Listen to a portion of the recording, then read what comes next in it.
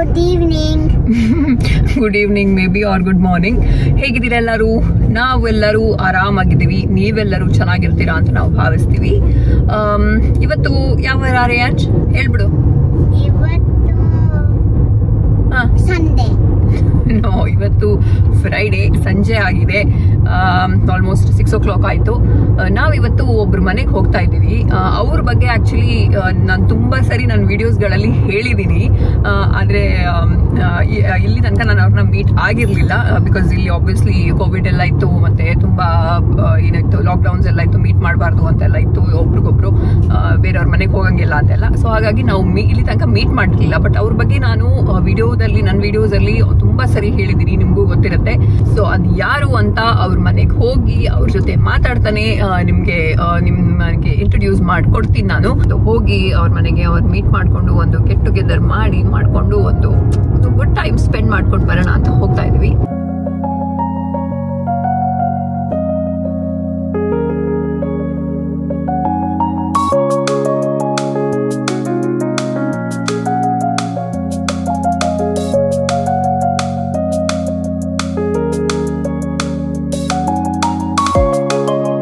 ಅವಾಗಲೇ ಹೇಳಿದೆ ಒಬ್ರು ಮನೆಗೆ ಹೋಗ್ತಾ ಇದ್ದೀವಿ ಅಂತ. ಇವ್ರನ್ನ ನೀವು ಯಾವಾಗಲೂ ನನ್ನ ವಿಡಿಯೋದಲ್ಲಿ ನೋಡಿದ್ರಿ, ಅಂದರೆ ಅವ್ರ ಬಗ್ಗೆ ನಾನು ಹೇಳ್ತಾ ಇದ್ದೆ. ಆದರೆ ಇವತ್ತು ಅವ್ರನ್ನ ಡೈರೆಕ್ಟಾಗಿ ಇಂಟ್ರೊಡ್ಯೂಸ್ ಮಾಡ್ತಾ ಇದ್ದೀನಿ. ನಿಮ್ಮ ಯಾವುದೇ ಒಂದು ಮನೆ, ನೀವು ಹೊಸದಾಗಿ ಬಂದಿದ್ದೀರಾ, ಮನೆ ಬಗ್ಗೆ ಏನಾದ್ರು ಕೇಳಬೇಕು ಅಂತಿದ್ರೆ ರಿಯಾಲ್ಟರ್ ಜೆನ್ ಡಿಸೋಜಾ ಅವ್ರನ್ನ ಕಾಂಟ್ಯಾಕ್ಟ್ ಮಾಡ್ಬೋದು ಅಂತ ನಾನು ತುಂಬ ವಿಡಿಯೋದಲ್ಲಿ ಹೇಳಿದ್ದೀನಿ. ಇವತ್ತು ಅವ್ರ ಮನೆಗೆ ಬಂದಿದ್ದೀವಿ ನಾವು. ಸೊ ಇಲ್ಲೇ ಇದ್ದಾರೆ ಜೆನ್ ಡಿಸೋಜಾ. ನನ್ನ ವಿಡಿಯೋದಲ್ಲಿ ನೀವು ಯಾವಾಗಲೂ ನೋಡಿದ್ರಿ, ಇಲ್ಲೇ ಇದ್ದಾರೆ. ಎಸ್, ಇವಾಗಷ್ಟೇ ಬಂದ್ವಿ. ಒಳ್ಳೆ ಒಂದು ಸ್ನ್ಯಾಕ್ಸ್ ಎಲ್ಲ ಕೊಟ್ಟು ಹೊಟ್ಟೆ ಫುಲ್ ಮಾಡಿಸಿದ್ದಾರೆ ಇವಾಗ. ಅಂಡ್ ಬ್ಯೂಟಿಫುಲ್ ಮನೆ ಇದೆ ಅವ್ರದ್ದು ಇಲ್ಲಿ ಬ್ರಾಂಪ್ಟನ್ ಅಲ್ಲಿ. ಸೊ ಇಷ್ಟು ಒಳ್ಳೆ ಮನೆ ಇರಬೇಕಾದ್ರೆ ಅದನ್ನ ನಾವು ಎಲ್ಲರಿಗೆ ತೋರಿಸಿಲ್ಲ ಅಂದ್ರೆ ಒಂದು ಚೆನ್ನಾಗಿರೋದಿಲ್ಲ ಅಲ್ವಾ? ಅವ್ರು ಓಕೆ ಅಂತ ಹೇಳಿದ್ರು. ಸೊ ಅವ್ರದ್ದು ಒಂದು ಹೋಮ್ ಟೂರ್ ಮಾಡೋಣ. ನಮ್ಮ ಎಲ್ಲ ಸಬ್ಸ್ಕ್ರೈಬರ್ಸ್ಗೆ ಆಕ್ಚುಲಿ ಹೋಮ್ ಟೂರ್ ನೋಡೋದಂದ್ರೆ ತುಂಬಾ ಇಷ್ಟ. ಸೊ ಎಲ್ಲರಿಗೆ ಒಂದು ಹೋಮ್ ಟೂರ್ ತೋರಿಸೋಣ, ನಿಮ್ಮ ಮನೆ ಹೇಗಿದೆ ಅಂತ. ನನಗಂತೂ ತುಂಬಾ ಇಷ್ಟ ಆಯ್ತು ಇವ್ರ ಮನೆ. ಬ್ಯಾಕ್ ಯಾರ್ಡ್ ಎಲ್ಲ ತುಂಬಾ ಚೆನ್ನಾಗಿದೆ. ಸೊ ಅದನ್ನೆಲ್ಲ ನಿಮ್ ಜೊತೆನೂ ಶೇರ್ ಮಾಡಬೇಕು ಅಂತ ಅನ್ನಿಸ್ತು. ಸೊ ಅವ್ರ ಹತ್ರ ಕೇಳಿದೀನಿ, ಅವ್ರು ಓಕೆ ಅಂತ ಹೇಳಿದ್ದಾರೆ. ಸೊ ಮಾಡೋಣ. ಓಕೆ, ಇದು ಒಂದು ಬ್ಯೂಟಿಫುಲ್ 4 BHK ಡಿಟ್ಯಾಚ್ಡ್ ಹೌಸ್. ಇದು ತುಂಬ ಚೆನ್ನಾಗಿದೆ. ಇವಾಗ ಹೋಗಿ ಒಳಗಡೆ ಹೋಮ್ ಟೂರ್ ಮಾಡಿಸ್ತೀನಿ, ನಿಮ್ಗೂ ಹೇಗಿದೆ ಅಂತ ತೋರಿಸ್ತೀನಿ. ಬನ್ನಿ ಹೋಗೋಣ.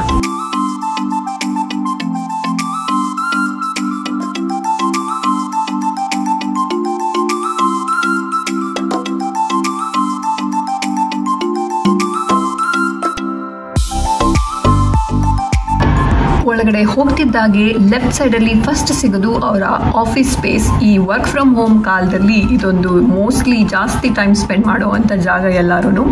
ಹಾಗೆ ಬರ್ತಿದ್ದ ಹಾಗೆ ಮುಂದೆ ಅಲ್ಲಿ ಕಾಣಿಸ್ತಾ ಇರೋದು ಕ್ಯೂಟ್ ಆಗಿರೋ ಶಿಟ್ಸು. Name is Ruby. ಹಾಗೆ ಮುಂದೆ ಬಂದ್ರೆ ರೈಟ್ ಸೈಡ್ ಅಲ್ಲಿ ಅವರ ಲಿವಿಂಗ್ ಏರಿಯಾ ಇದೆ.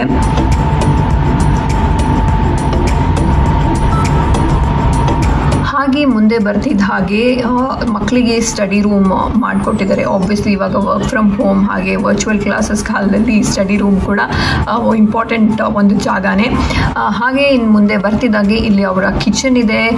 ಕಿಚನ್ ಹಾಗೆ ಅದೇ ಜಾಗದಲ್ಲಿ ಡೈನಿಂಗ್ ಏರಿಯಾ. ಇನ್ನೂ ಇಂಟ್ರೆಸ್ಟಿಂಗ್ ವಿಷಯ ಅಂತ ಹೇಳಿದ್ರೆ ಇಲ್ಲಿ ಅವರ ಬ್ಯಾಕ್ ಯಾರ್ಡ್ ತುಂಬ ಚೆನ್ನಾಗಿದೆ. ಒಂದು ಕಾಮ್ ಆ್ಯಂಡ್ ಒಂದು ಪೀಸ್ಫುಲ್ ಪ್ಲೇಸ್ ಅಂತ ಹೇಳ್ಬೋದು. ನನಗೆ ತುಂಬಾ ಇಷ್ಟ ಆಯಿತು. ಅಲ್ಲೇ ಪಕ್ಕದಲ್ಲಿ ಪೂಲ್ ಇದೆ. ಹಾಗೆ ಸೈಡಲ್ಲಿ ಹರಿತಾ ಇರೋ ನೀರು, ಆ ನೀರಿನ ಹರಿಯೋ ಸೌಂಡ್ಗೆನೆ ಒಂದು ಮನಸ್ಸು ತುಂಬ ರಿಲ್ಯಾಕ್ಸ್ ಫೀಲ್ ಆಗ್ತಾ ಇತ್ತು ಅಲ್ಲಿ ಕೂತ್ಕೊಂಡಿದ್ದಾಗ ನಮಗೆ ಈವ್ನಿಂಗ್ ಅಲ್ಲಿ.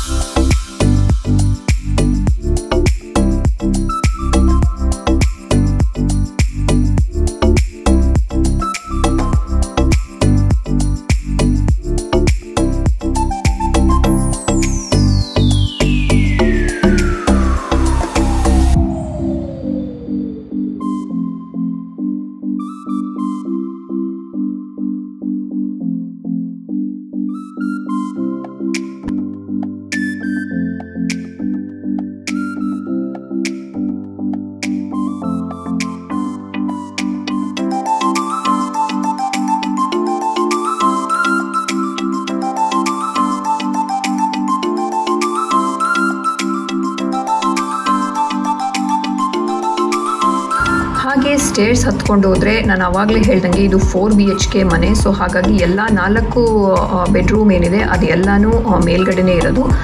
ಇದು ಬಂದ್ಬಿಟ್ಟು ಮಾಸ್ಟರ್ ಬೆಡ್ರೂಮ್. ಈ ಎಲ್ಲ ರೂಮ್ಗಳಿಂದನೂ ವಿಂಡೋಯಿಂದ ನಾವು ನೋಡಿದಾಗ ಬ್ಯಾಕ್ ಯಾರ್ಡೇ ವ್ಯೂ ಕಾಣಿಸುತ್ತೆ ನಮಗೆ. ಸೊ ವಿಂಡೋಯಿಂದ ಒಂದು ಒಳ್ಳೆ ವ್ಯೂ ಸಿಗುತ್ತೆ ಬೆಡ್ರೂಮ್ ವಿಂಡೋಯಿಂದ.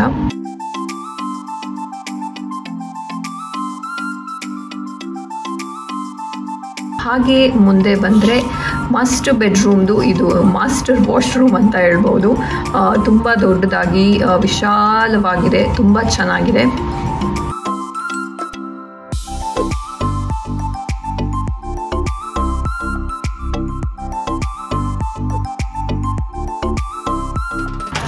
ಆ ರೂಮಿಂದ ಹೊರಗಡೆ ಬರ್ತಿದ್ದ ಹಾಗೆ ಉಳಿದ 3 ರೂಮ್ಗಳನ್ನು ನೀವು ನೋಡ್ಬೋದು. ನಾನು ಆಗಲೇ ಹೇಳಿದಾಗೆ ಎಲ್ಲ ರೂಮಿಂದನೂ ಒಂದು ಬ್ಯೂಟಿಫುಲ್ ಬ್ಯಾಕ್ ಯಾರ್ಡ್ ವ್ಯೂ ನಿಮಗೆ ಕಾಣಕ್ಕೆ ಸಿಗುತ್ತೆ.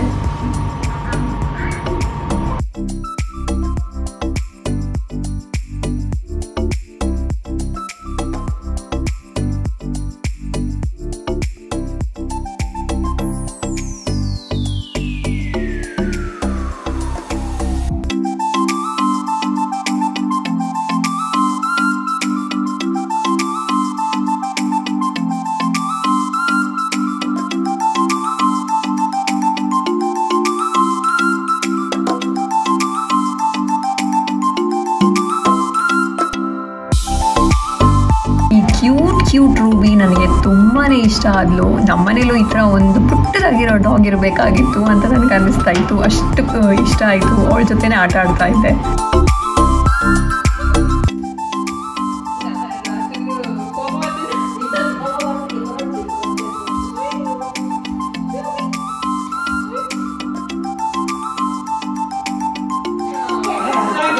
ನಿಮ್ಮಲ್ಲಿ ಯಾರ್ಯಾರು ಮನೇಲಿ ಡಾಗ್ ಸಾಕಿದ್ದೀರಾ, ಯಾರ್ಯಾರು ಇಷ್ಟ ಅಂತ ಹೇಳೋದನ್ನ ಕಮೆಂಟ್ ಸೆಕ್ಷನ್ ಹೇಳೋದನ್ನ ಮರಿಬೇಡಿ. ಸೊ ನೀವು ತುಂಬ ಜನ ಇನ್ಸ್ಟಾಗ್ರಾಮಲ್ಲೇ ನನಗೆ ಮೆಸೇಜ್ ಮಾಡಿ ಕೇಳ್ತಾ ಇರ್ತೀರಾ, ನಾವು ಇವಾಗ ಬರ್ತೀವಿ ಕೆನಡಾಗೆ ಅಥವಾ ಬಂದಿದ್ದೀವಿ, ಇವಾಗ ಆಫೀಸ್ ಡೌನ್ ಟೌನಲ್ಲೆಲ್ಲ ಇದೆ, ನಾವು ಎಲ್ಲೆಲ್ಲ ತೊಗೋಬೋದು ಮನೆ, ಈ ಥರದ್ದೆಲ್ಲ ತುಂಬ ಕ್ವೆಶನ್ಸ್ ಕೇಳ್ಕೊಂಡು ನನಗೆ ಇನ್ಸ್ಟಾಗ್ರಾಮಲ್ಲಿ ನೀವು ತುಂಬ ಮೆಸೇಜ್ ಮಾಡ್ತಾ ಇರ್ತೀರಾ. ಸೊ ಐ ಥಿಂಕ್ ಇವತ್ತು ನಮ್ಮ ರಿಯಾಲ್ಟರ್ ಜೆನ್ ಡಿಸೋಜ ಅವ್ರ ಮನೆಗೆ ವಿಸಿಟ್ ಮಾಡಿರೋದ್ರಿಂದ I thought this is the best time. ಅವ್ರ ಹತ್ರನೇ ಡೈರೆಕ್ಟ್ ಆಗಿ ನಾವು ಈ ಎಲ್ಲ ಕ್ವಶನ್ಸ್ಗೆ ಆನ್ಸರ್ ಕೇಳಿದ್ರೆ ಚೆನ್ನಾಗಿರುತ್ತೆ ಅಂತ. ನನಗೆ ಅದ್ರ ಬಗ್ಗೆ ಅಷ್ಟು ನಾಲೆಜ್ ಇರೋದಿಲ್ಲ, ಸೊ ಅವ್ರಿಗೆ ನಾಲೆಜ್ ಇರುತ್ತೆ. ಸೊ ಅವ್ರ ಹತ್ರ ಡೈರೆಕ್ಟ್ ಆಗಿ ಕೇಳಿದ್ರೆ ಅದಕ್ಕೊಂದು ಅರ್ಥ ಇರುತ್ತೆ ಅಂತ ಅಂದ್ಕೊಂಡು ಇವತ್ತು ಅವ್ರನ್ನ ಕೂರಿಸ್ಕೊಂಡು ಕ್ವಶನ್ ಆನ್ಸರ್ Q&A ಮಾಡ್ತಾ ಇದ್ದೀನಿ ಅವ್ರ ಜೊತೆಗೆ. Thanks for having me Prajna. ತುಂಬಾ ಖುಷಿ ಆಯ್ತು ನೀವು ನಮ್ಮ ಮಂಗಳೂರವರೇ ಇಲ್ಲಿ ಫ್ಯಾಮಿಲಿ ಒಂದು ಬಂದು ಏನೋ ಆಫ್ಟರ್ ಲಾಂಗ್ ಟೈಮ್. ಅದು ಕೂಡ ಮಧ್ಯದಲ್ಲಿ ಕೋವಿಡ್ ಇತ್ತು. So it's completely refreshing. ನನಗೆ ನಾನು ಬೆಂಗಳೂರಲ್ಲಿ ಇದ್ದಾಗೆ ಆಗ್ತಾ ಇದೆ. ನಮಗ್ ಖುಷಿ ಆಯ್ತು, ನಮ್ಮವರೇ ಯಾರನ್ನು ಮೀಟ್ ಮಾಡ್ದಂಗೆ ನಮ್ಗೆ ತುಂಬಾ ಖುಷಿ ಆಯ್ತು. ಒಂದು ಒಳ್ಳೆ ಟೈಮ್ ಸ್ಪೆಂಡ್ ಮಾಡ್ತಾ ಇದ್ದೀವಿ ಜೊತೆಗೆ. ನಿಮ್ಗೆ ಏನೇ ಕ್ವಶನ್ ಇದ್ರೆ ನಾನು ಆನ್ಸರ್ ಮಾಡ್ತೀನಿ. ಸೊ ನೀವು ಎಷ್ಟು ಏನು ಕೇಳಿ. Okay, sure. ಸೊ ಅವ್ರು ಏನು ಅಂದ್ರೆ ಸ್ವಲ್ಪ ಮಾತಾಡಕ್ಕೆ ಅವ್ರಿಗೆ ಕನ್ನಡದಲ್ಲೇ ಮಾತಾಡ್ಬೇಕು ಅಂತ ಅವ್ರಿಗೆ ಆಸೆ. ಬಟ್ ಅವ್ರು ಒಂದ್ ಸ್ವಲ್ಪ ಕನ್ನಡ ಮಾತಾಡ್ಬೇಕಾದ್ರೆ ಒಂದ್ ಸ್ವಲ್ಪ ಅವರಿಗೆ ಕಷ್ಟ ಆಗ್ತಾ ಇದೆ. ಸೊ ಅವ್ರು ಒಂದ್ ಸ್ವಲ್ಪ ಕಾನ್ಶಿಯಸ್ ಆಗ್ತಾ ಇದಾರೆ, ಕನ್ನಡದಲ್ಲೇ ಮಾತಾಡ್ಬೇಕು ನಾನು ಅಂತ ಟ್ರೈ ಮಾಡಕ್ ಹೋಗ್ತಾ ಇದ್ದಾರೆ. So that is very good. So ಅದೆಲ್ಲ ಇವಾಗ ಬಿಟ್ಟು ಇವಾಗ ನಾವು ಮುಂದೆ ಹೋಗೋಣ. ಫಸ್ಟ್ ಆಫ್ ಆಲ್ ನನಗೆ ತುಂಬಾ ಜನ ಮೆಸೇಜ್ ಮಾಡಿ ಕೇಳೋದು, ಇವಾಗ ನಮ್ಮ ಆಫೀಸ್ ಡೌನ್ ಟೌನ್ ಏರಿಯಾದಲ್ಲಿದೆ, ಹಾಗಿದ್ರೆ ನಾವು ಯಾವ ಏರಿಯಾದಲ್ಲಿ ಮನೆ ರೆಂಟ್ ಮಾಡಬೇಕು, ನಮ್ಮ ಬಜೆಟ್ ಫ್ರೆಂಡ್ಲಿ ಆಗಿ ಒಂದು ಸಿಗೋ ತರ ಯಾವ ಏರಿಯಾದಲ್ಲಿ ನಾವು ಮನೆ ರೆಂಟ್ ಮಾಡಬೇಕು ಅಂತ ತುಂಬಾ ಜನ ಕೇಳ್ತಾರೆ. ಸೊ ಇದಕ್ಕೆ ನೀವು ಏನ್ ಹೇಳ್ತೀರಾ? ಅದು ಸಿಚುವೇಶನ್ ಮೇಲೆ ಡಿಪೆಂಡ್ ಆಗುತ್ತೆ. ಸೊ ಸಪೋಸ್ ಬ್ಯಾಚುಲರ್ಸ್ ಇದ್ರೆ ಅವ್ರಿಗೆ ಸ್ಟುಡಿಯೋ ಅಪಾರ್ಟ್ಮೆಂಟ್ಸ್ ಹೋಗ್ಬಹುದು. If it is a family, there are multiple factors. Maybe the school is one of the important factors. Yeah, and if the person is on work permit or if PR idre avaru iga illi downtown alli kelsa ಮಾಡ್ತಾ ಇದ್ದಾರೆ, if they have virtual ability to work from home, then they can stay in outskirts. ಇಲ್ಲದ್ರೆ ಅವರಿಗೆ commute ಮಾಡ್ಲಿಕ್ಕೆ ಇಲ್ಲದ್ರೆ what happens is outskirt ಅಲ್ಲಿ the rent will be less, but then commute to downtown overall adu it will be more. Okay. One location alli kuda multiple areas irutte. Correct. So as a realtor, we have the access, namge check madbodu, we can guide as to if that location and that building where you are residing is a good one, ಅಥವಾ ಎಷ್ಟು crime rate untu adella check madbodu. Correct. So the next question ತುಂಬಾ ಕೇಳೋದು ಅಂತ ಹೇಳಿದ್ರೆ, ಇವಾಗ ನಾವು first time ಒಂದು ಮನೆ ಬೈ ಮಾಡ್ತಾ ಇದೀವಿ ಆಸ್ ಅ ನ್ಯೂ ಇಮಿಗ್ರೆಂಟ್ ಬಂದು ಇಲ್ಲಿ ಸೆಟಲ್ ಆಗಿ ಇವಾಗ ಫಸ್ಟ್ ಟೈಮ್ ಒಂದು ಬೈ ಮಾಡ್ತಾ ಇದೀವಿ ಅಂದ್ರೆ what are all the things we should keep in mind, ಏನೇನು ತಲೆಯಲ್ಲಿ ಇಟ್ಕೊಂಡು ನಾವು ಮುಂದುವರಿಬೇಕು ಈ ವಿಷಯದಲ್ಲಿ ಅಂತ ಒಂದು question. As a first time home buyer, it's always necessary that you have to have a realtor who will be able to guide you, exactly as to what are the things that need to be in place. Hage yarigu realtor illadidre I can guide what are the things that are required. For example, we have to get the one thing is the down payment. We have to keep a certain amount available, so it starts from 5% all the way and the 20% ಅಥವಾ more, it depends on the property price. So it starts from 5% and it keeps increasing, and if the properties are above $1 million, it will be 20%. And another factor is getting the mortgage approved. So for that we need credit score too. And since I'm also a licensed mortgage agent, in case we have people who need my help, I'll be more than happy to help. Matte first time home buyer idre kuda bere tax benefit hagella benefits irutte. Matte yarigaದ್ರು in depth information bekadre I'll be more than happy to help. ಅವರು ನನಗೆ email ಮಾಡಬಹುದು, ಇಲ್ಲಾಂದ್ರೆ ನನ್ನ news letter ಗೆ subscribe ಮಾಡಬಹುದು. So ಮುಂಚೆನೆ idea ಇದ್ರೆ what happens is ಅವ್ರಿಗೆ ನ್ಯೂಸ್ ಲೆಟರ್ ಹೋಗ್ತಾ ಇರ್ತದೆ, they'll get the knowledge and that way they'll be prepared ahead of time. They'll be up to date ಇರ್ತಾರೆ, ಯಾವ ತರ ಇದೆ ಇವಾಗ ಅನ್ನೋದ್ರ ಮೇಲೆ ಅಪ್ ಟು ಡೇಟ್ ಆಗಿರ್ತಾರೆ. Exactly. ಸೊ ಇನ್ನೂ ಒಂದು ಕ್ವೆಶ್ಚನ್ ಅಂತ ಹೇಳಿದ್ರೆ, ಇವಾಗ ಲೈಕ್ ಇಂಡಿಯಾದಲ್ಲೆಲ್ಲ ಹೇಗೆ ಒಂದು ಏಜೆಂಟ್ ಫೀ ಅಂತ ಇರುತ್ತೆ. ಇವಾಗ ನಾವೇನಾದ್ರೂ ಬೈ ಮಾಡಕ್ ಹೋದಾಗ ನಾವು ಒಬ್ರು ರಿಯಾಲ್ಟರ್ನ ಕಾಂಟ್ಯಾಕ್ಟ್ ಮಾಡಿದ್ರೆ ಅಲ್ಲಿ ಅವ್ರಿಗೆ ಒಂದು ಫೀಸ್ ಅಂತ ಇರುತ್ತೆ, ಬ್ರೋಕರ್ ಫೀಸ್ ಅಂತ ಹೇಳ್ತಾರೆ. ಆ ತರ ಇಲ್ಲಿ ನಾವೇನಾದ್ರೂ ಬೈ ಮಾಡಿದಾಗ, ರೆಂಟ್ ಮಾಡಿದಾಗ ಆ ತರ ಏನಾದ್ರೂ ಏಜೆಂಟ್ ಫೀಸ್ ಅಂತ ನಾವಿಲ್ಲಿ ಕೊಡ್ಬೇಕಾಗತ್ತಾ? ಇಲ್ಲ, ಇಲ್ಲಿ ಬೈ ಮಾಡ್ಲಿಕ್ಕೆ ಇಲ್ಲಾಂದ್ರೆ ರೆಂಟ್ ಮಾಡ್ಲಿಕ್ಕೆ, ಲೀಸ್ ಮಾಡ್ಲಿಕ್ಕೆ ಏನು ಅಂದ್ರೆ ಇಲ್ಲ, ಫೀಸ್ ಇಲ್ಲ. ಓಕೆ, ಸೊ ಏನು ಹೆಸಿಟೇಟ್ ಮಾಡದೆ ಏಜೆಂಟ್ ಅನ್ನ ನಾವು ಕಾಂಟ್ಯಾಕ್ಟ್ ಮಾಡಬಹುದು ಅಲ್ವಾ? ಯಾಕಂದ್ರೆ there should be somebody to represent always, to guide the buyer as to which is a good one, the way you are asking ಅಲ್ವಾ, ಅಂದ್ರೆ ಯಾವ ಲೊಕೇಶನ್ ಒಳ್ಳೇದು. ಸೊ ಅದನ್ನು ಗೈಡ್ ಮಾಡ್ಲಿಕ್ಕೆ I'll be more than happy to help. So they won't have to pay any fees. Yes. So ನೀವು ಇಲ್ಲಿ ಬಂದಾಗ ನಾವು ಒಬ್ರು ಏಜೆಂಟ್ ನ ಕಾಂಟ್ಯಾಕ್ಟ್ ಮಾಡಿದ್ರೆ ಅವ್ರದ್ದು ಒಂದು ಫೀಸ್ ಕೊಡ್ಬೇಕಾಗುತ್ತೆ. ಯಾಕೆ ಸುಮ್ಮನೆ ಅಂತೆಲ್ಲ ಹೆಸಿಟೇಟ್ ಮಾಡಬೇಕಾಗಿಲ್ಲ. ಸೊ ಅವ್ರಿಗೆ ಏನು ಸಪ್ರೇಟ್ ಫೀಸ್ ಇರೋದಿಲ್ಲ. ಸೊ ನೀವು ವಿತೌಟ್ ಹೆಸಿಟೇಷನ್ ಅವ್ರನ್ನ ಕಾಂಟ್ಯಾಕ್ಟ್ ಮಾಡ್ಬೋದು. ಸೊ ಇನ್ನೊಂದು ಕ್ವೆಶ್ಚನ್ ಅಂತ ಹೇಳಿದ್ರೆ, ಇವಾಗ ನಾವು ಮನೆ ಬೈ ಮಾಡಬೇಕು, ಬಟ್ ನಮ್ಮ ಹತ್ರ we don't have enough down payment ಕೊಡೋಕ್ಕೆ ಜಾಸ್ತಿ ನಮ್ಮ ಹತ್ರ ಅಮೌಂಟ್ ಇಲ್ಲ ಅಂದಾಗ, what are all the other options we have ಅಂತ? Since down payment is a huge amount, sometime in case you don't have it, ಏನ್ ಮಾಡ್ಬೋದು ಅಂದ್ರೆ ಪ್ರೀ ಕನ್ಸ್ಟ್ರಕ್ಷನ್ ಇರುತ್ತೆ, wherein builders ನಮ್ಗೆ buyers ಗೆ they give you a long period, so it can vary. ಒಂದೊಂದು builder ಒಂದೊಂದು span ಕೊಡ್ತಾರೆ, ಕೆಲವರು 2, ಕೆಲವರು 3, ಕೆಲವರು 4 ವರ್ಷ ಕೂಡ ಕೊಡ್ತಾರೆ. ಅದರಲ್ಲಿ ನಾವು ಎಂಟೈರ್ ಡೌನ್ ಪೇಮೆಂಟ್ ಒಮ್ಮೆ ಮಾಡಬೇಕಾಗಿಲ್ಲ.